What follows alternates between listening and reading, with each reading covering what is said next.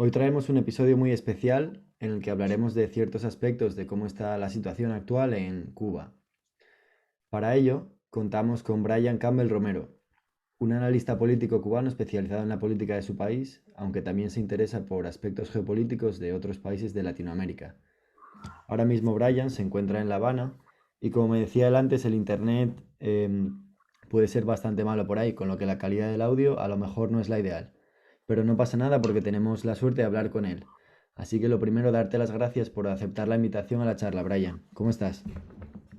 Hola Néstor, compadre, un placer conversar contigo y feliz de poder traer un poquito de acento cubano a tu programa. ¿Todo bien por aquí? ¿Cómo estás tú?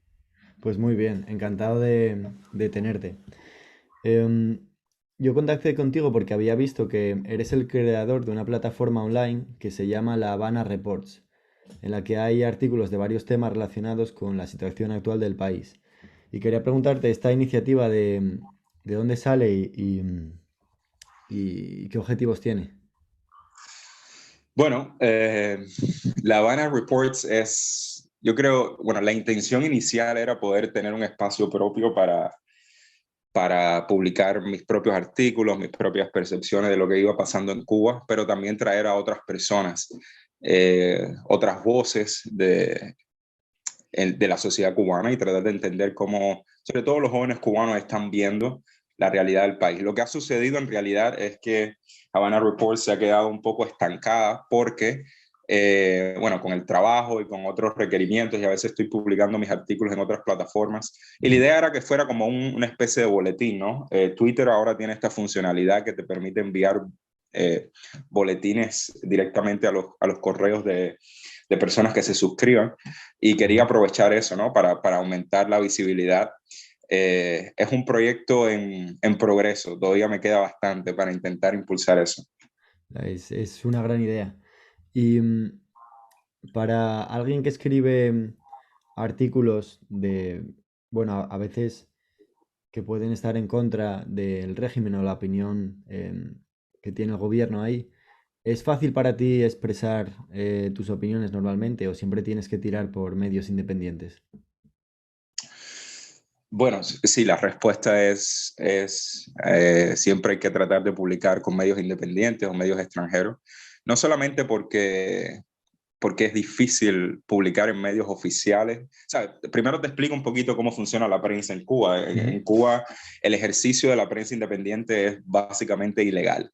Entonces, los medios de comunicación independientes que tenemos en este país, pues se arriesgan muchísimo y ejercen su profesión desde la informalidad, digámosle así. Y tenemos un sistema de prensa eh, que yo le llamo un sistema de propaganda del Estado que está, bueno, Ujú. conformado por la televisión, la radio, la prensa plana, que todo está controlado por las autoridades cubanas, ¿no? No, Ya. técnicamente no es directamente ese control. Sí. Esas instituciones tienen sus directores y tienen sus propias líneas editoriales y todo eso, pero sabemos que responden a los intereses de las autoridades en Cuba. Entonces, incluso aunque creo, aunque me dieran el espacio, que no lo creo, pero aunque me dieran el espacio para publicar en este tipo de publicaciones, pues no lo haría. Generalmente son muy, eh, bueno, si lees alguno de sus artículos, son bastante propagandísticos. Yo tengo un amigo que me decía hace poco que es difícil encontrar noticias, como si haces un análisis de todos estos medios de comunicación en un día específico, encontrarás artículos sobre, no sé, qué grandiosa es la revolución, pero es difícil encontrar las noticias reales, Ya. cosas que sean de valor noticioso, ¿no?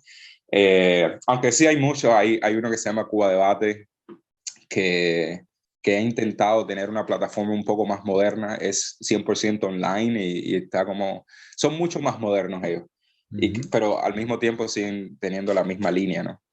Y dices que publicar en medios independientes es ilegal en Cuba. ¿Eso te generó algún problema? Esa es una buena pregunta, porque hasta hace muy poco yo no publicaba realmente en medios cubanos independientes, normalmente publicaba para medios extranjeros. Ujú. Eh, Esa es una pregunta que yo mismo no sé cómo responderme. Creo que depende mucho tu nivel de crítica depende mucho de cuáles sean tus otras actividades en la vida. Creo que, o sea, yo veo casos todo el tiempo con amigos, con colegas de personas que pueden ser críticas en un artículo, pero que no enfrentan grandes consecuencias. El juego de la libertad de expresión en Cuba creo que es escalonado y que tiene diferentes factores. Yo no los entiendo del todo, creo que depende de muchas cosas. Al mismo tiempo, también creo que el gobierno cubano tiene en estos momentos tantos frentes de guerra abiertos, tantos problemas, tantas personas que procesar, que investigar, tantas cosas que hacer, que a veces se le escapan algunas cosas, ¿no? Eh, pero sí creo que ellos, o sea, ellos no les gusta lo que está pasando con los medios independientes en Cuba, que han crecido muchísimo en los últimos años, a pesar de que su situación es muy precaria, ¿no? No estamos hablando de una prensa que está prosperando, estamos hablando de una prensa independiente que está sobreviviendo. Claro, no tiene Pero el financiación simple hecho... ninguna y no tiene ingresos, imagino. Es un poco lo que Exacto, cada uno bueno, puede hacer. hay un gran problema con el tema de los ingresos, es que muchos de estos medios independientes y muchas organizaciones de la sociedad civil cubana abiertamente son muy dependientes de el financiamiento extranjero, de ONGs, de organizaciones internacionales, de gobiernos Ajá. internacionales. Eso en Cuba es un gran tabú, como te puedes imaginar. Sí. Entonces, el gobierno cubano siempre los acusa de mercenarismo. En el Código Penal cubano, de hecho, hay un término que hay un crimen que es el mercenarismo, ¿no? El gobierno cubano los acusa de mercenarios. Sin embargo, es una ley, están parados en una ley que se llama Ley 88, que la aprobaron en 1999, para básicamente juzgar a las personas que sirvieran a los intereses de los Estados Unidos en el Ya. sentido de intentar cambiar el régimen en Cuba. Lo que ha pasado con eso es que esa ley solo se ha aplicado una sola vez, Ajá. en el 2003. Y lo que queda es la acusación, digamos, más informal o una acusación más de chisme, ¿no? Y las personas no son procesadas por la ley 88. Pero sí, sí, Ajá. el gobierno ve a los medios independientes como muchas veces agentes de un gobierno extranjero. Ellos Ya. no entienden cómo funcionan las dinámicas del financiamiento de organizaciones no gubernamentales, este tipo de cosas, no lo ven con buenos ojos. Me decía una amiga que en otros países en los que la censura también está a la orden del día, como en Egipto, está prohibido aceptar financiación de países extranjeros para los medios de comunicación, con lo cual de esta manera el gobierno puede controlarlo todo. Esperemos que eso no llegue a pasar en Cuba. Bueno, creo que va a pasar porque el gobierno cubano acaba de publicar el borrador para lo que va a ser el nuevo Código Penal en Cuba, que se va a aprobar en abril. Y este nuevo Código Penal introduce un artículo muy interesante, que es el artículo 143, que básicamente lo que hace es expandir la ley 88. Como te dije, la ley 88 Ujú. se ha usado una sola vez y se ha quedado como una ley extraordinaria, pero el artículo 143 básicamente prohíbe financiamiento, no solamente que venga de los Estados Unidos, sino de cualquier entidad extranjera, incluso ciudadano cubano, que pueda ser dirigido a organizaciones o personas que actúen en contra de los intereses del Estado cubano. La Madre. pregunta es, ¿qué cosa es actuar en contra de los intereses del Estado cubano? Pues eso queda a la interpretación del Estado cubano. Entonces es todo muy, muy surrealista, Néstor. Ya, ya veo. Hubo en el verano de 2021 un gran movimiento de protesta ahí en Cuba en contra del gobierno, em, debido a la escasez de recursos y se dio una fuerte represión por parte del gobierno, ¿no? Entonces, quería preguntarte actualmente cuál es la situación de la gente para con el Partido Comunista. Imagino que debido a todo esto, básicamente estás atado de manos y no puedes hacer mucho. Bueno, las causas de las protestas en julio de 2021 todavía están a debate. Depende realmente a quién le preguntes, pero para Ujú. responder a tu pregunta, me gustaría hacerte como un pequeño resumen de cuál es como yo lo Ajá. veo, la situación de la Cuba contemporánea. ¿Tienes tiempo? Claro, tengo tiempo. Ok.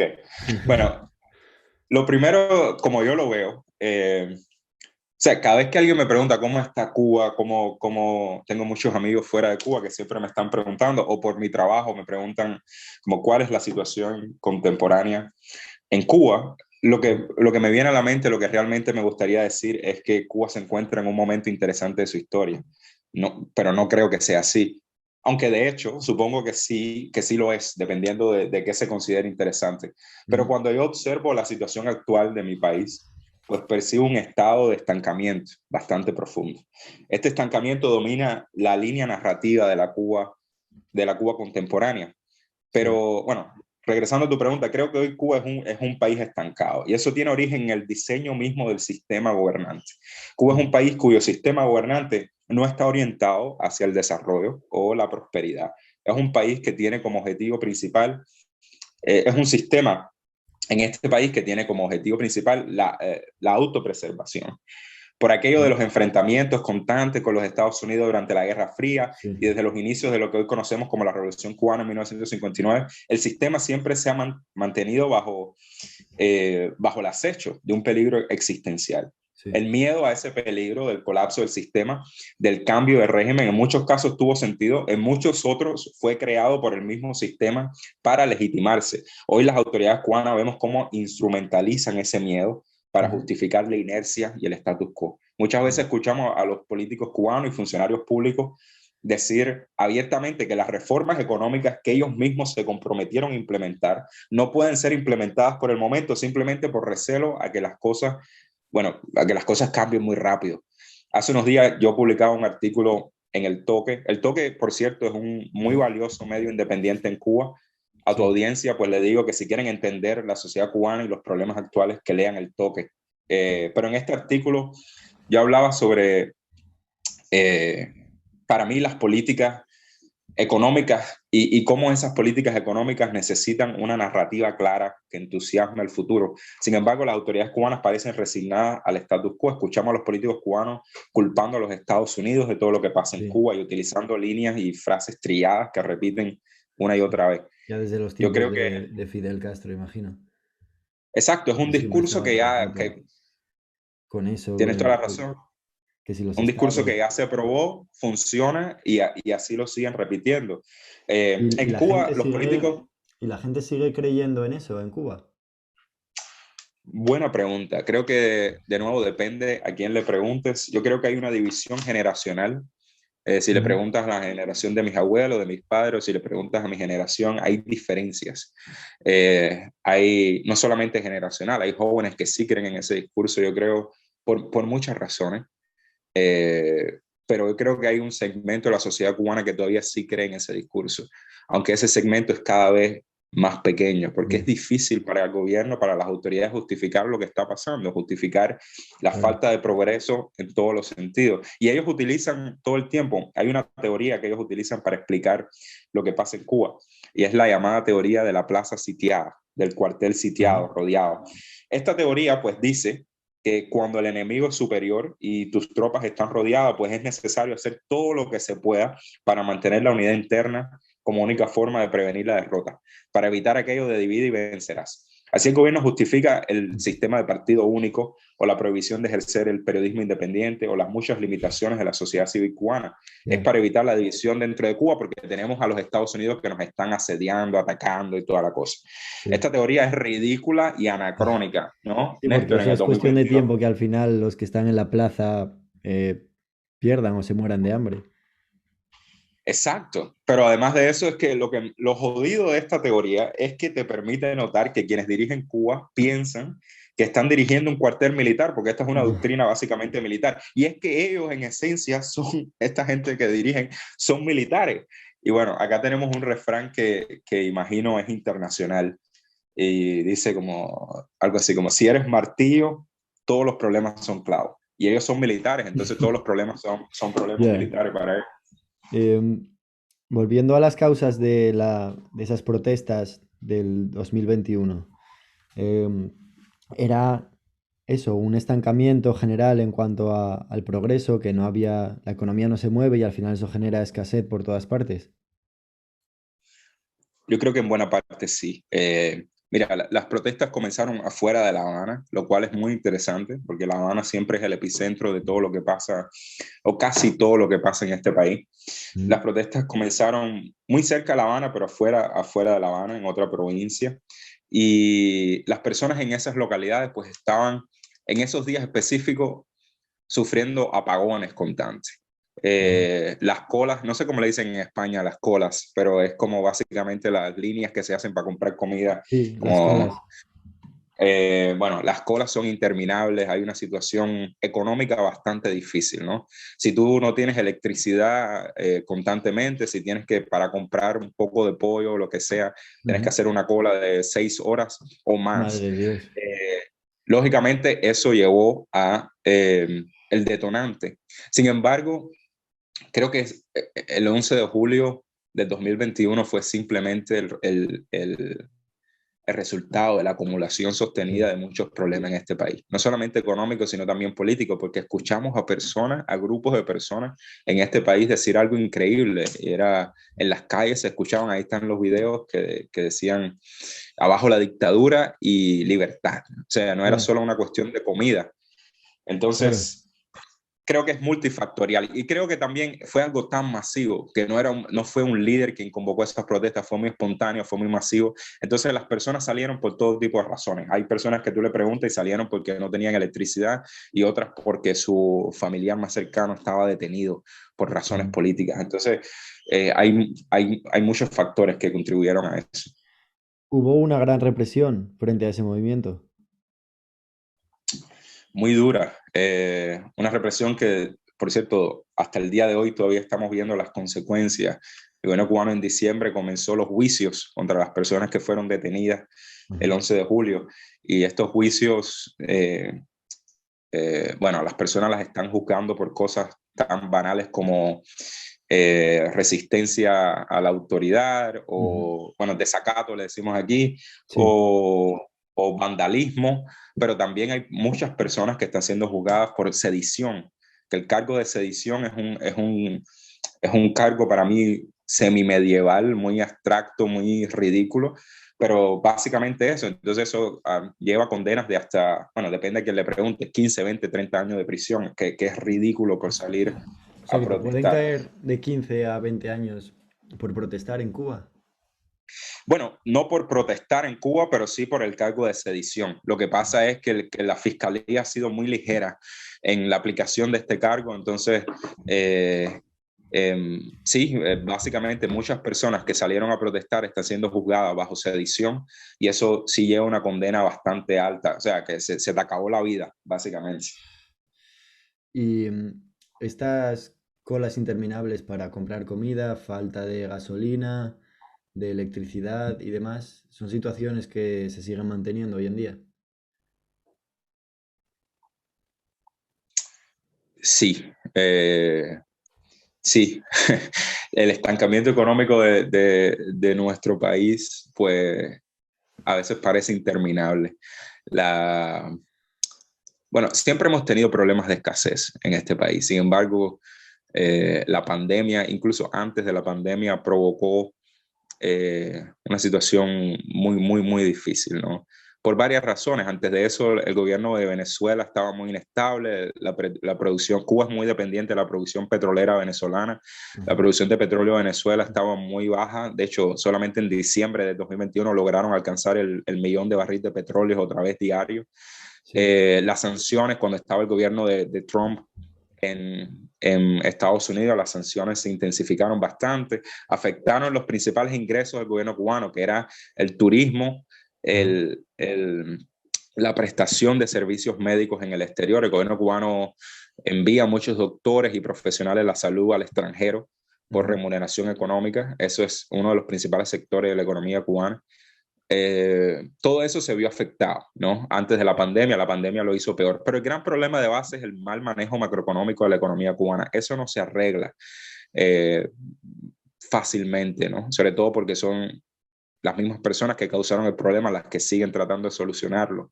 Ya. Pero sí, las colas continúan, los problemas continúan, la migración continúa, es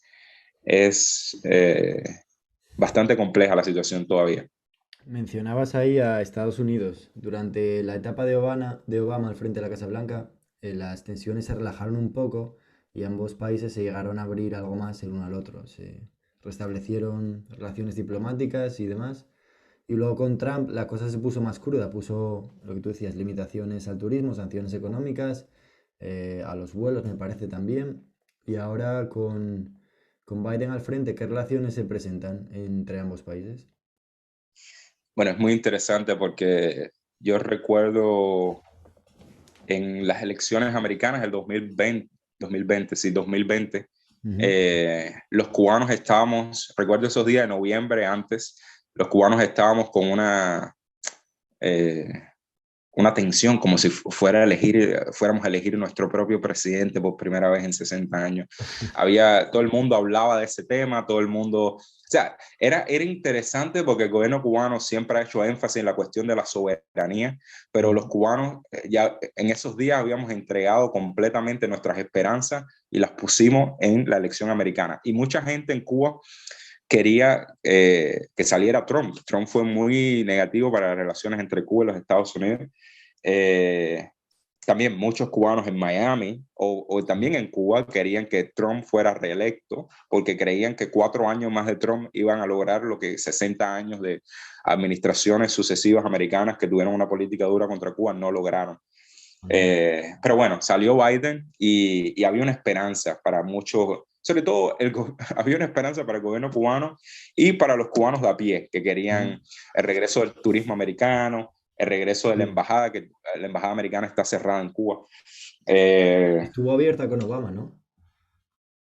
bueno, la embajada americana estuvo abierta desde Jimmy Carter Ah, hace muchos años, pero no era una embajada, era una sección de intereses y siempre estuvo abierta, era el mismo edificio que hay hoy, sí. brindando servicios consulares y todo eso, pero con Obama se elevó nuevamente al nivel de embajada. O sea que los diplomáticos hacen esos jueguitos que ellos un Ujú. día son una cosa, otra cosa, es todo como muy de categorías para Claro, ellos, aunque sea la misma cosa. sí.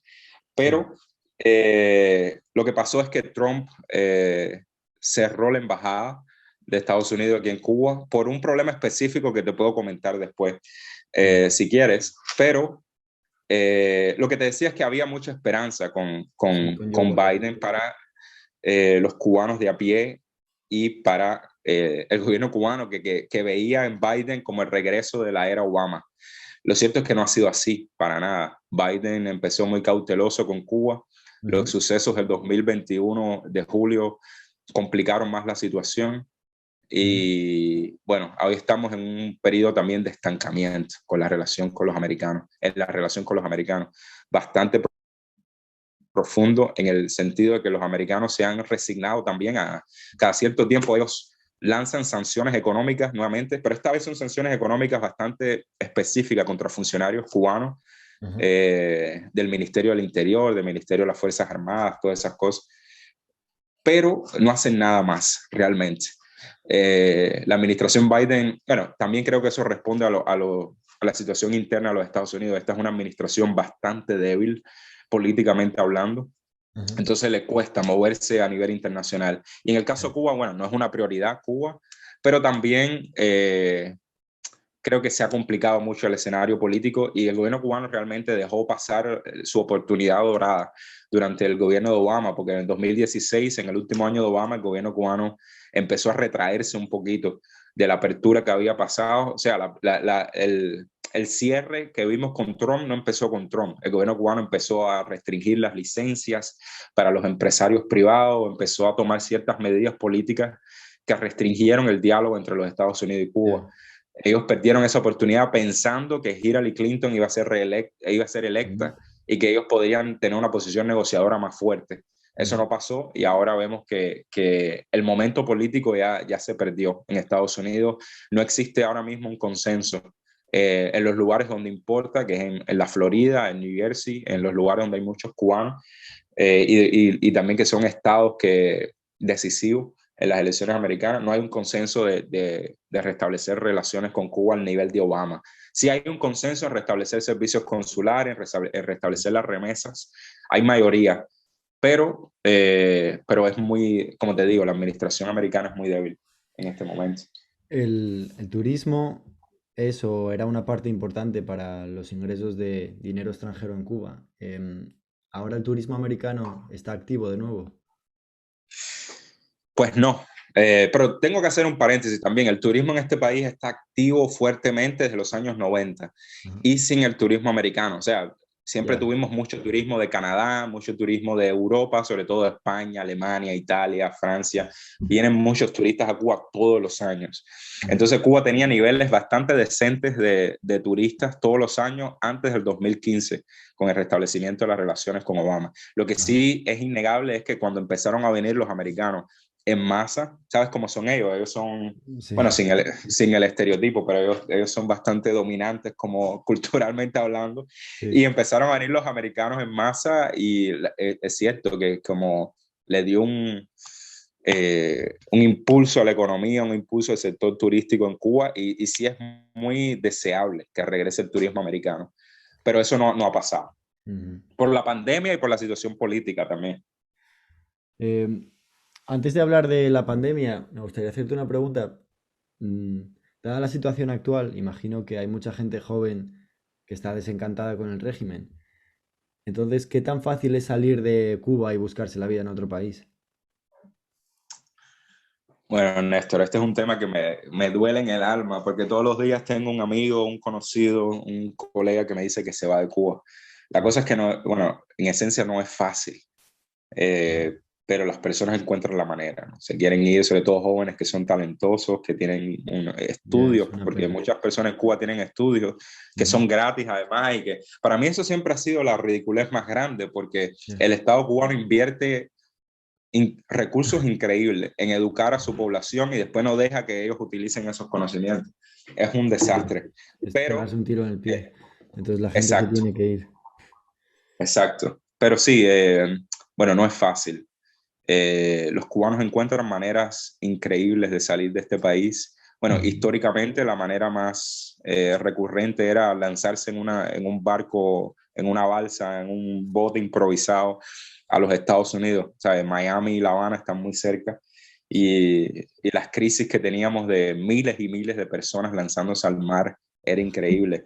Se ha reducido muchísimo porque los americanos cambiaron las leyes y ya como deportan más cubanos, incluso esos cubanos logran llegar a Estados Unidos. Antes no era así, antes tenían una ley que se llamaba pies seco, pies mojados. Sí. Básicamente, si te encontraban en el mar, te deportaban, si llegabas a tierra, podías quedarte. Pero aún así, sí, es ridículo todo.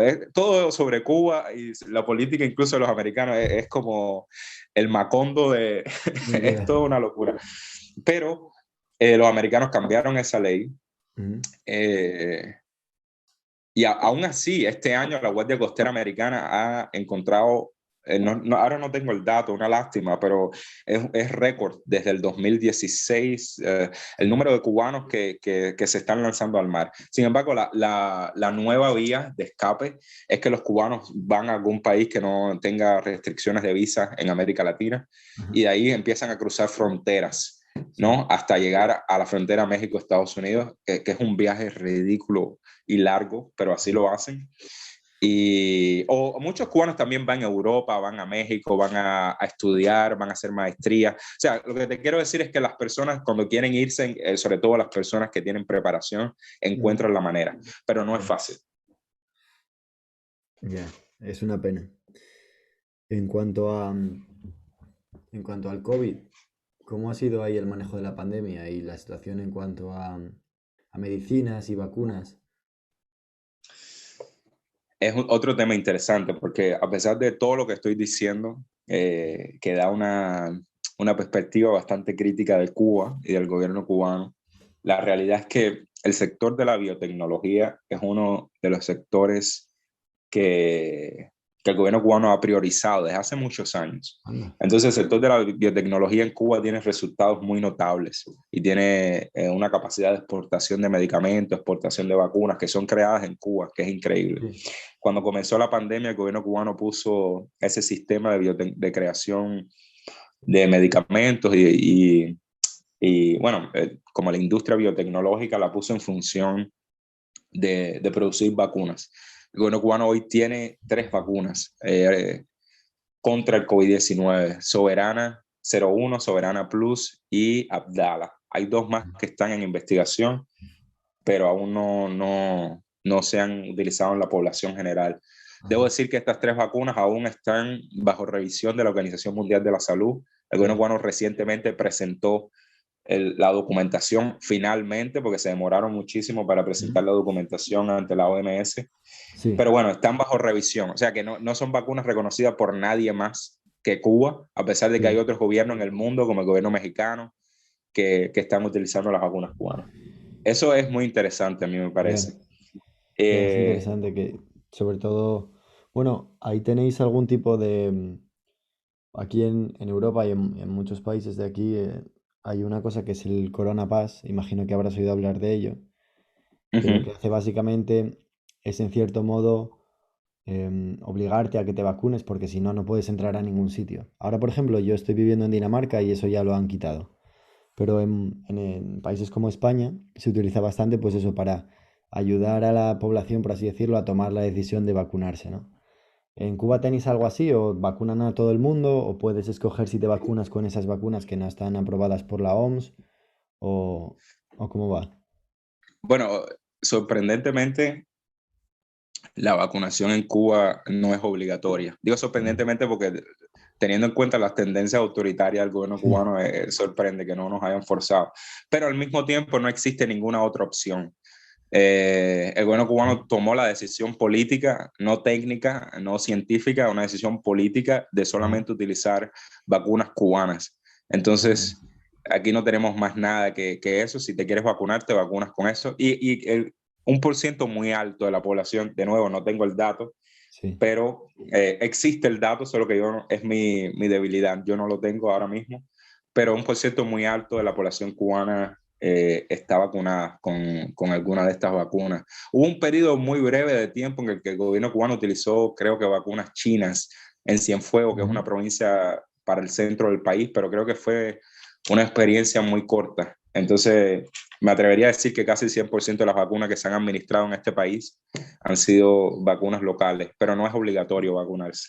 Ya es bastante curioso que teniendo eso unas vacunas eh, no aprobadas por la OMS, no quiere decir que no funcione bien ni que presenten riesgos, pero al menos esos estudios aún no han sido revisados por otras autoridades, ¿no? Y que el gobierno no las fuerce en la población directamente y que aún así se vacune mucha gente. Me parece bastante notable. No, yo creo que es muy interesante, pero creo también que las personas estaban tan deseosas de salir de la pandemia que cuando salieron las vacunas pensaron que era el fin. Hoy sabemos Ya, que las vacunas no son el fin de la pandemia, no, pero creo que todo el mundo estaba deseoso, ¿no? Sí, y creo también que el gobierno cubano fue inteligente en el sentido de que conectó las vacunas a los científicos, a los expertos y no a pesar de que ellos hicieron su campañita política y todo eso, pero claro. creo que en Cuba tenemos bastante respeto por los científicos, los doctores, los profesionales de la Ujú. salud. Hasta cierto punto creo que muchas personas no toman la decisión política, o sea, no toman la decisión basada en Sí. elementos políticos, sino más bien técnicos. Mira, eso no suele ser así en el resto del mundo. Está bastante politizado el tema de las vacunas, al menos por aquí. Ujú. Y durante los periodos más agudos de la pandemia, al inicio y demás, estuvo muy complicada la cosa ahí en los hospitales cubanos. Bueno, la cosa es que no, el gobierno cubano fue capaz de controlar la expansión de la pandemia en Cuba bastante tiempo, Ujú. sobre todo porque tuvimos un confinamiento muy fuerte, todo se cerró el turismo, se cerraron las fronteras, se cerraron los negocios, la vida paró en Cuba Sí. completamente, lo cual no ha sido así en muchos otros países. ¿Y estabais Eh, obligados a quedaros en casa también? Eso sucedió en España, por bueno, ejemplo, o en Italia. Si recuerdo correctamente, creo que teníamos un toque de queda a las 7 de la noche, el primer toque de queda, y no podía, o a las 6 de la tarde, no sé, Ya, y no podía salir. Pero antes sí podía salir, pero técnicamente te pedían que salieras para cosas específicas. Sí creo que los niños no podían salir, algo así, no anda. sé, era Ya. algo así raro. ¿Y os duró mucho este Pero confinamiento? sí fue interminable. Creo que fue hasta finales del 2020, desde que comenzó hasta finales del 2020. Hostia. O sí, fue muy fuerte. O Madre, sea, eso, imagínate, la vida paró para todo el mundo, fue eh, un desastre la cosa. si la actividad económica ya está bastante impedida muchas veces, ¿no? En Cuba por las políticas del gobierno con una cuarentena, con un confinamiento así, no me imagino las consecuencias que puede tener eso para, bueno, para la producción de recursos y demás. Sí, bueno, Cuba perdió un significativo por ciento de su Producto Interno Bruto, creo que fue el 11%. Yo debería tener todos estos datos, lo siento, Néstor, No, no, no debería te tener todos preocupes. estos No, datos, claro, aquí tampoco hace pero falta creo, dar los datos de manera específica. O sea, simplemente lo que me gusta preguntarte es la opinión que tienes tú o cómo lo viviste. sí, bueno, se perdió, bueno, para darte un dato aproximado, se perdió como el 11% del Producto Interno Bruto de este país, Ujú, que no era tampoco la gran cosa antes. Y imagínate, muchas de las personas en este país dependían del turismo, muchas de las personas en este ujú. país dependen del sector informal, de la economía, todo eso se paralizó, todo eso Ya. paró. El efecto, o sea, no sé cuánto tiempo nos tomará realmente recuperarnos de esta situación, pero ha sido catastrófico en muchos sentidos. Ya. Em, Me habías comentado el otro día algo acerca de las criptomonedas en Cuba. ¿Y, y qué era eso exactamente? ¿Cómo se relaciona directamente Cuba con el Bitcoin? Pues sí,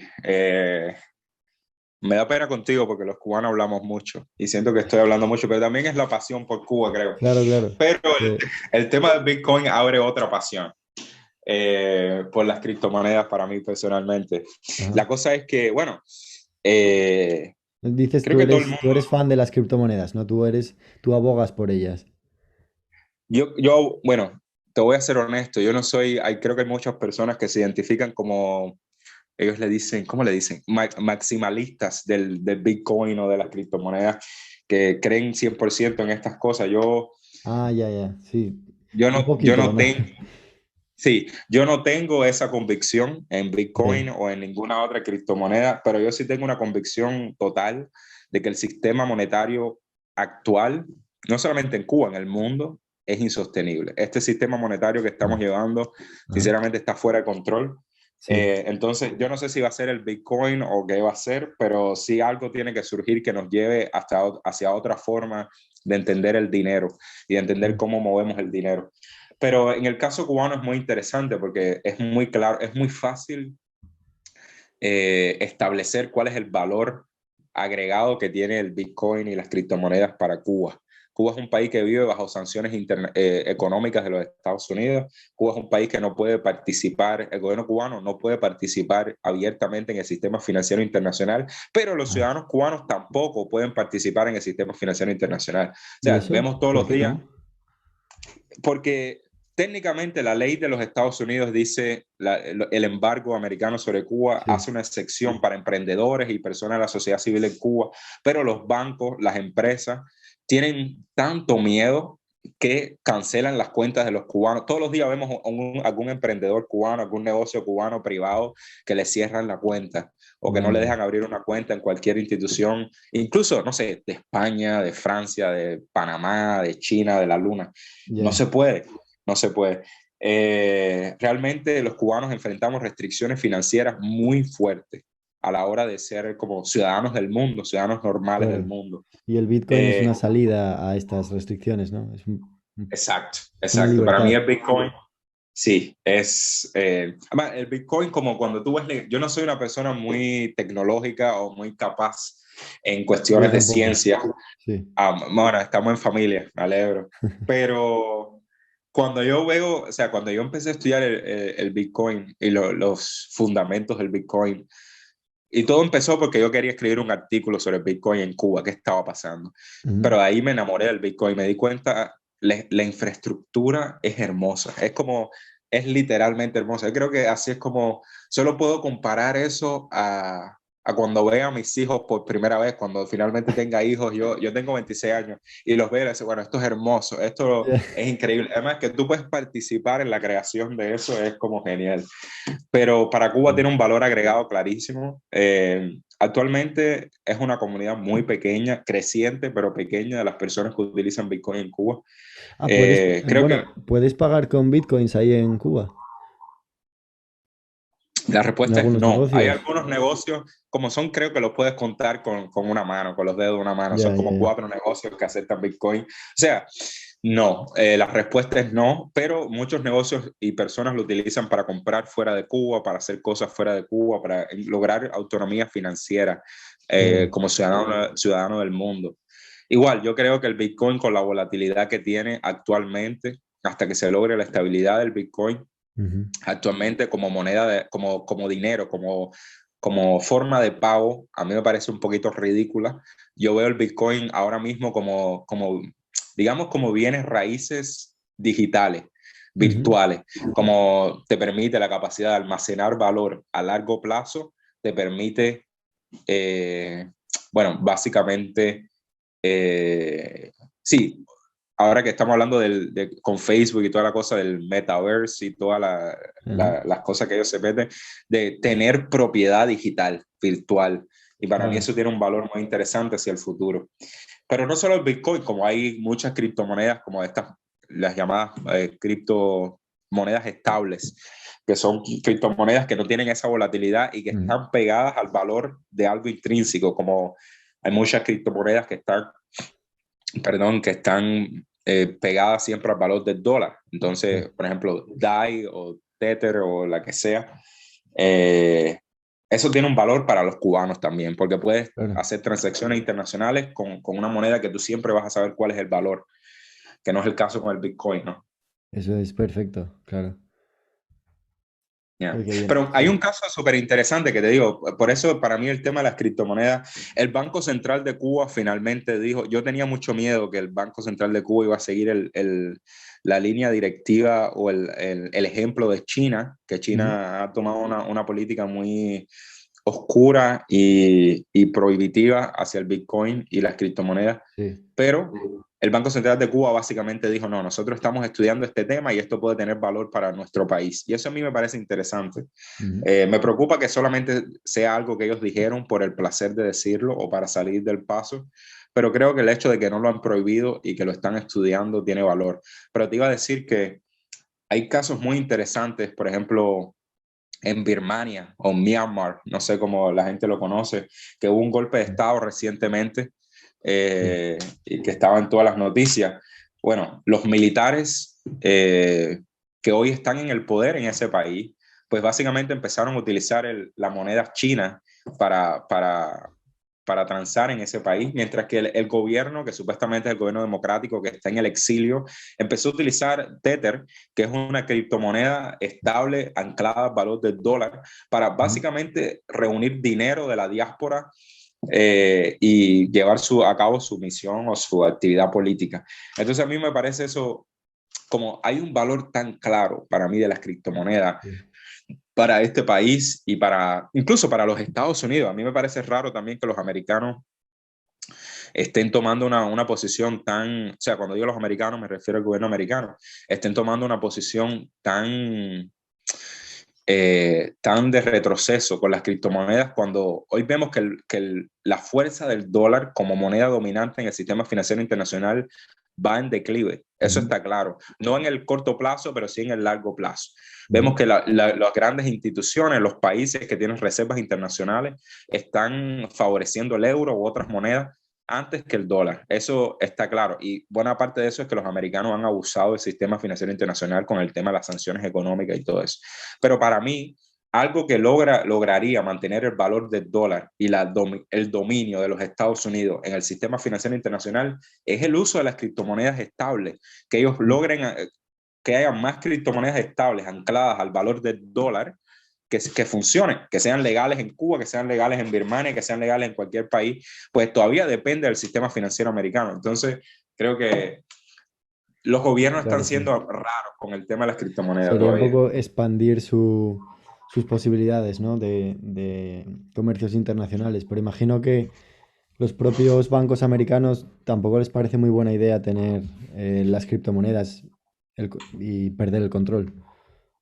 Creo que eso es parte del problema. Creo que ese es parte del problema, aunque tú ves cada vez más bancos y fondos de inversión americanos que están diciendo que el Bitcoin puede ser parte de nuestro fondo de inversión o de lo que sea, Cada vez está pasando más, creo, pero sí creo que la gran fuerza que hacen los bancos tradicionales, básicamente el Bitcoin, las criptomonedas convierten a los bancos, los hacen obsoletos, ¿no? Ujú. Sí. Entonces creo que hay muchos bancos que le hacen, grandes bancos que le hacen resistencia. Creo que la otra parte del problema es que honestamente los políticos, no solamente en Estados Unidos, en el mundo, ¿cuántos políticos realmente entienden lo que es el Bitcoin, entienden lo que es la criptomoneda o blockchain o todas estas cosas? Esa gente no entiende nada de eso, ¿eh? Esa gente está en otras historias. No, de verdad que no entienden nada. Entonces, creo que eso es parte del problema también. Em, Había visto que habías escrito un artículo acerca de Cuba siendo el campo de batalla para las guerras económicas y tecnológicas entre Estados Unidos y China. Cuál es la razón de esto exactamente? Bueno, cuando yo escribí ese artículo, creo que fue hace, bueno, hace 2 años, bueno, hace un año, cuando Biden tomó la presidencia de Estados Unidos, Ujú. lo que yo estaba pensando era equivocadamente, me equivoqué, fue una gran equivocación, es que la administración de Biden iba de alguna manera u otra, no con el mismo entusiasmo de Obama, pero de alguna manera u otra iba a comenzar a restablecer vínculos con Cuba. Mm. Y para mí escribir ese artículo era interesante porque el gobierno cubano depende en buena manera de, de la tecnología china para el uso del Internet en Cuba y muchas cosas en Cuba, pero al mismo tiempo cuando Obama inició el acercamiento hacia Cuba, tú veías todas las grandes empresas americanas, desde Google, Facebook, toda esa gente vinieron a Cuba y Sí. estaban muy interesados en expandir su huella aquí en Cuba. Mm. Y yo veía como el tema, por ejemplo, de la 5G, el tema de la ruta de la seda de China, todas estas cosas, yo decía como, ok, aquí hay claramente un choque de intereses, de Sí. la expansión, o vamos a tener la expansión de, de empresas americanas en Cuba, en cuestiones de tecnología, o Cuba va a aumentar su cooperación con China, que no solamente es tecnológica, es una cooperación de seguridad también, y de defensa, muy importante. Entonces, era básicamente tratando de explorar este tema y ver qué pasaba. Ese artículo hoy bueno, es obsoleto porque no pasó así. Quizás en algún momento podamos, Quizá vamos, no creo que Biden cumpla 2 términos. No sé si llegará no, vivo. Así que igual, quizás no cumpla ni un término, ¿no? Vamos a ver qué pasa con Biden. ya. Pero, pero creo que eso es muy interesante si lo llevamos al contexto latinoamericano, porque vemos todo el tiempo los americanos van a Brasil, a México, a grandes países, Argentina, y están como, ok, no le acepten a Huawei o Huawei, no sé cómo se pronuncie, la gran empresa china, no le acepten la infraestructura de 5G. No le acepten esto. Y los americanos están en una competencia bastante grande a la defensiva, Sí. eh, bastante grande con China en América Latina. Ajá. Y creo que Cuba puede ser parte de eso en algún momento, donde Cuba pueda posicionarse en una situación donde diga, ok, soy, digamos, la niña linda, los americanos y los chinos me quieren por razones geopolíticas, vamos a ver qué hacemos, a quién le entregamos la infraestructura tecnológica de este país, porque está claro que definitivamente eh, no tenemos las capacidades para crear la infraestructura tecnológica que necesita un país moderno en el 2022. Entonces, nada, ese tema hay que seguirlo, hay que observarlo, todo depende de la relación con los americanos, todo depende de la relación con los chinos. Los chinos no están muy contentos con Cuba tampoco, no es que hay una gran hermandad, hay muchos reportes de que los chinos desde hace muchos años le llevan diciendo al gobierno cubano que necesitan aumentar el ritmo de las reformas económicas. China quiere que Cuba liberalice más la economía del país, sobre todo la importación, la exportación. Esto está manifiesto y claro. Y Ya. el gobierno cubano sigue muy lento en este sentido. Entonces tampoco es que Cuba y China, sí, ellos van a decir que hay una relación política y de amistad y se apoyan y todo eso, pero Ya. China es un país moderno en el sentido del Partido Comunista Chino opera de una forma muy diferente al Partido Comunista Cubano. Ya. Entonces, no sé, vamos a ver cómo pasa. El Partido Comunista en Cuba, ¿tú crees que seguirá estando ahí hasta que haya un cambio generacional o crees que la gente llegará un momento que dirá basta y, y podrá desbancarlos del poder o qué crees que va a pasar? Eso no lo sé. La cosa es que el cambio generacional ya lo hubo, ya eso pasó Sí. en este país. Y tú ves hoy los Cuando, líderes del Partido cuando Comunista son más jóvenes, aunque siguen bajo la tutela de los generales octogenarios que siguen gobernando este país, pero la cosa es que hay personas un poquito más jóvenes que hoy dirigen, o que no dirigen, pero que están en posiciones determinantes en el Partido Comunista y en el gobierno cubano. vamos, que la esperanza Eh, es que vaya cambiando la cosa poquito a poco con las nuevas generaciones.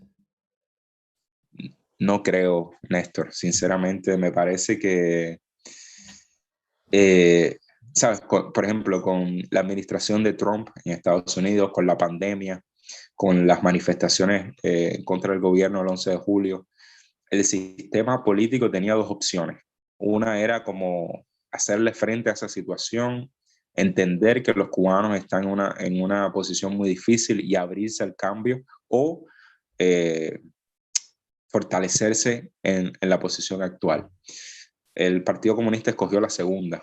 Cuando vemos las cosas que están pasando hoy en Cuba, vemos que en Cuba, perdón, vemos que es un sistema que ha regresado, ellos están regresando a las bases que ellos creen son fundacionales del sistema o de la revolución cubana. Estamos viendo una mayor ideología en todos los aspectos de la economía, en todos los aspectos de la sociedad cubana. Estamos viendo aspectos que son claramente, que están claramente conectados a lo que ellos consideran la base del sistema. No, no es un sistema que esté cambiando. Sí, por supuesto, hay cambios en Cuba. No, no se puede decir que este es un país que no tiene cambios en ningún sentido. Hay cambios, hay más negocios privados, eso me entusiasma mucho, hay más inversión extranjera, eso me entusiasma, pero lo cierto es que el sistema está estancado en su ideología y ellos se han aferrado a eso.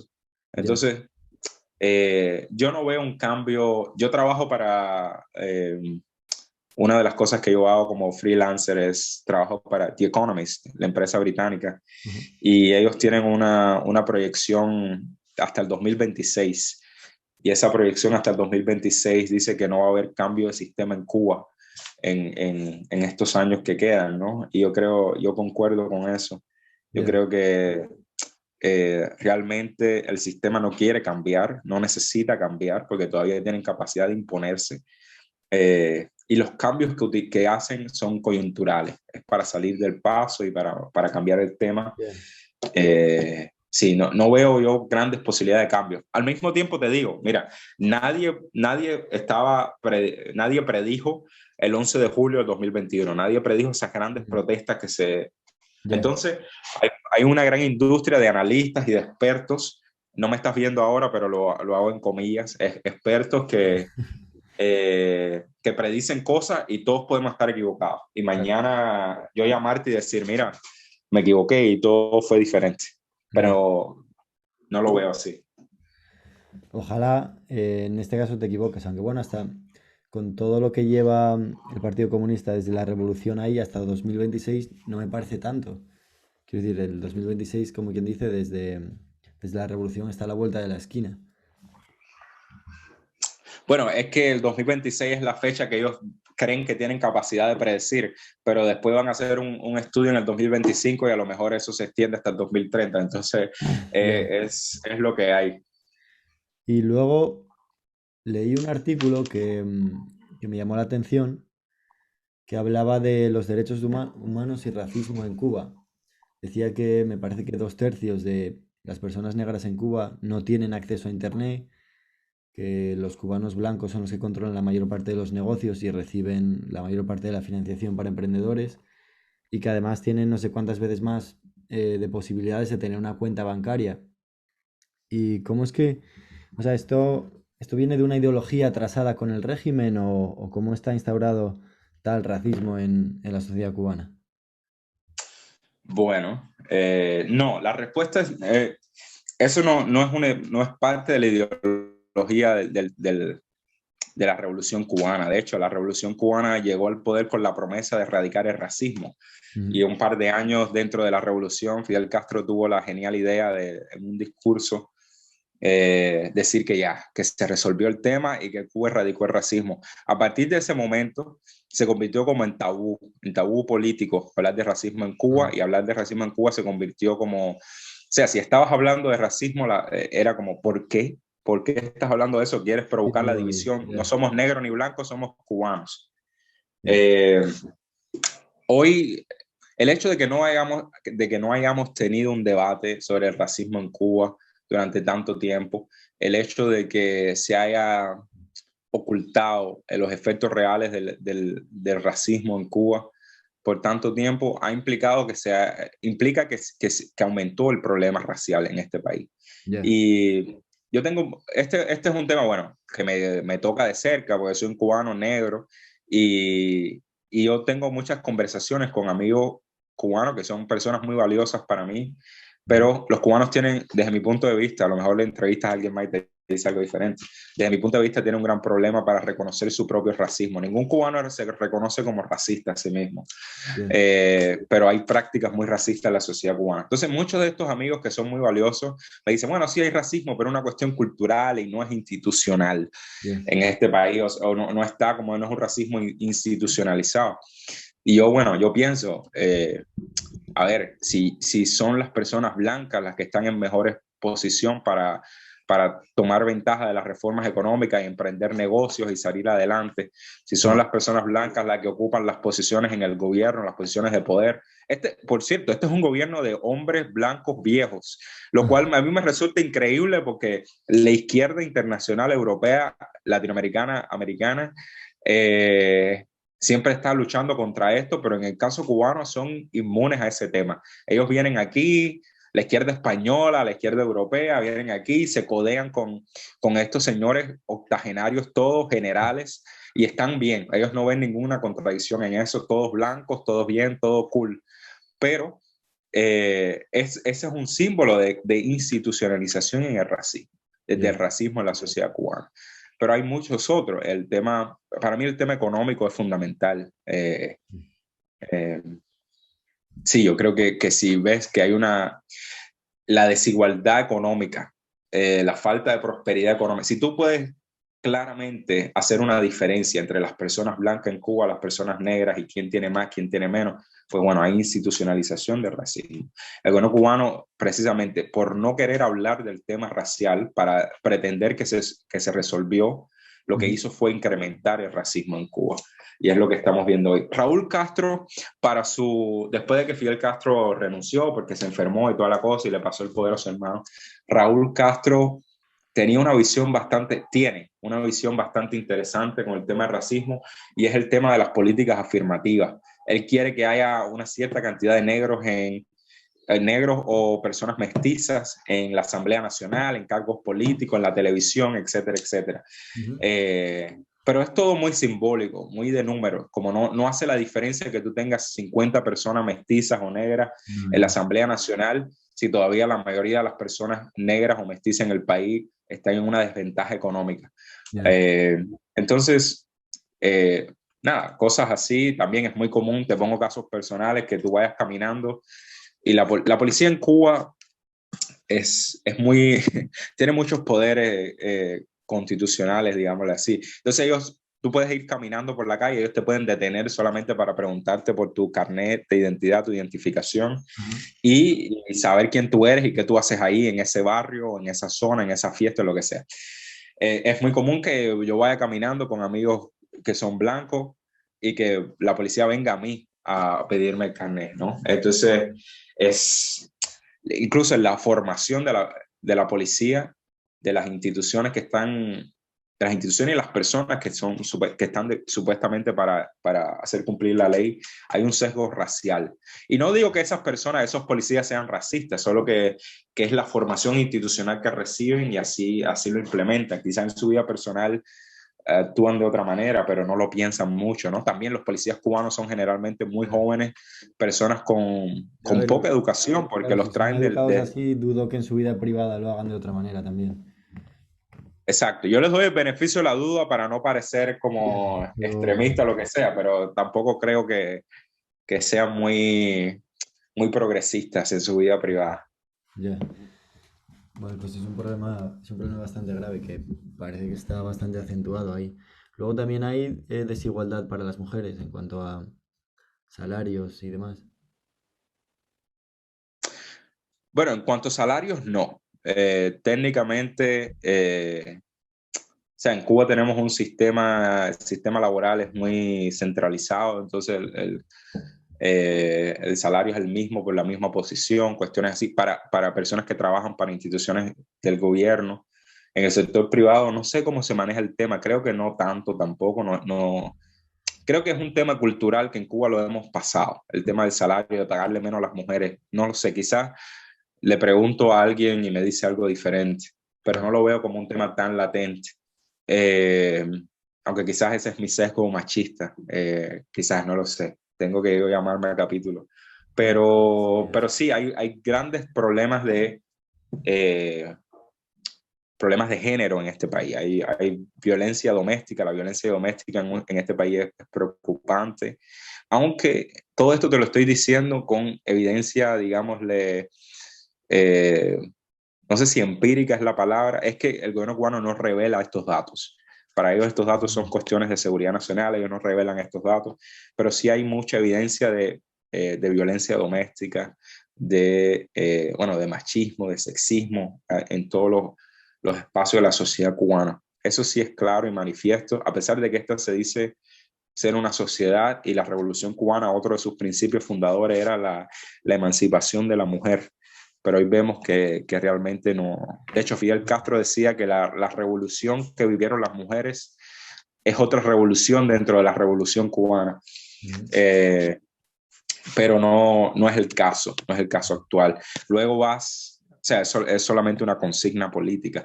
Luego vas a las cuestiones de dinámica de la comunidad gay, la comunidad homosexual, de lesbianas, bisexuales en Cuba, y ves que es un tema bastante interesante porque ha habido progreso, eh, pero aún queda mucho, ¿no? Queda mucho por hacer. De hecho, vamos a Justo, estar sí. aprobando un referéndum que probablemente va a legalizar las uniones de parejas del mismo sexo. Ah, es verdad, me Entonces, parece eso va a que ser era una interesante. noticia hace poco, ¿no? Eso, bueno, es notable que que no esté aprobado aún, pero es una gran noticia a la vez que se vaya a aprobar pronto. Exacto. Creo que cuando lo ves en el contexto mundial, europeo, de Norteamérica, la pregunta es como, ¿por qué se han demorado tanto? Pero después lo ves en el contexto latinoamericano y casi que vamos a ser pioneros en este tema. Claro. Hay también una cuestión política interesante y dinámica de los activistas LGTBI contra el gobierno y por qué el gobierno ha promovido este tema.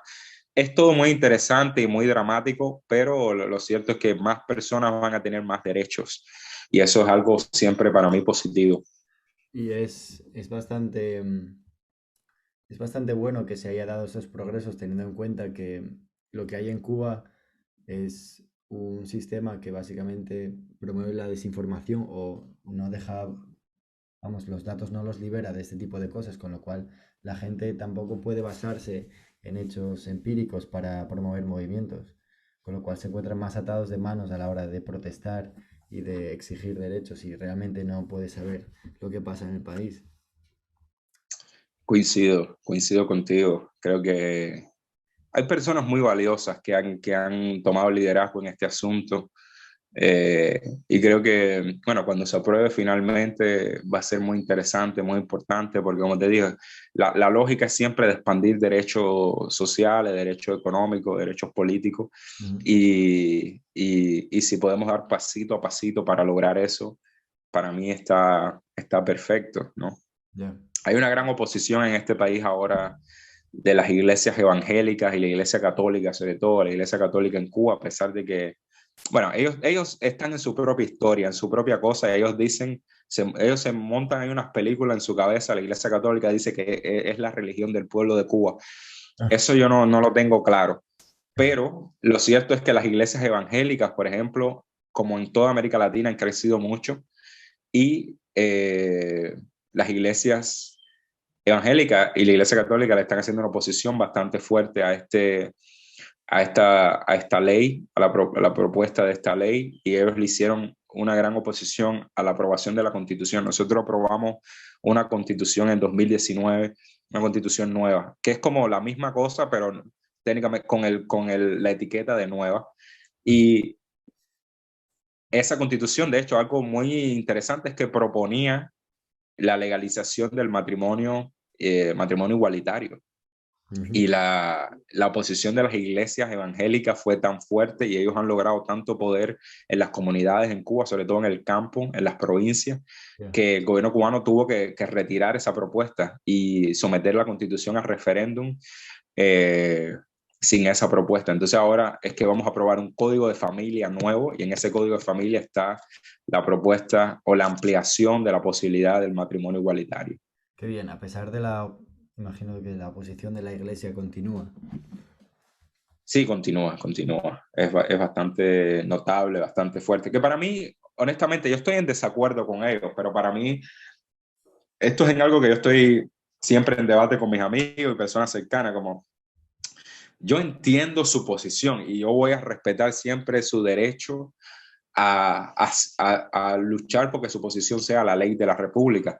Solo que yo estoy en desacuerdo con ellos en este caso. Pero para mí, sea, bueno, yo no veo a la iglesia católica ni las iglesias evangélicas como creo que tengo muchos amigos que lo ven como el demonio, el diablo o algo así, porque están tratando de quitarle derecho a la gente. Tampoco creo que les estén tratando de quitar derecho a la gente. Pero bueno, ya estoy yo en desacuerdo con ellos, ese es el punto. Yo creo que sí hay que aprobar esto y hay que expandir más derechos en todos los sentidos para los cubanos. Ya. Y hay veces que también la iglesia, que puede tener obviamente sus fallos, y yo tampoco suelo abogar por ella, pero es cierto que en tiempos de dificultades la fe le viene muy bien a las personas. También lo creo, En lo que creo que sea, ya sea un dios o en la ciencia o en lo que sea, pero el tener fe en algo al final ayuda muchísimo a la gente. sí. No, totalmente de acuerdo contigo. Yo no sé qué sería yo si no tuviera fe en algo. La verdad, no pudiera seguir adelante. Ya. Bueno, Brian, pues con esto me gustaría cerrar nuestra conversación de hoy, pero seguro que se me vuelven a pasar por la cabeza preguntas para hablar contigo en el futuro y estar pendiente de la actualidad en Cuba. Luego me gustaría dejar también aquí debajo del episodio los enlaces para La Habana Reports y para el periódico que me habías dicho antes, que creo que era El Toque, ¿no? El Que toque. está bastante bien para que la gente que quiera leer un poco más y aprender un poco más, pues puede tener ahí el acceso fácil. Así que Ah, agradecerte un montón que hayas venido hoy y espero volver a hablar contigo en el futuro. no, gracias a ti, Néstor, por la oportunidad para conversar.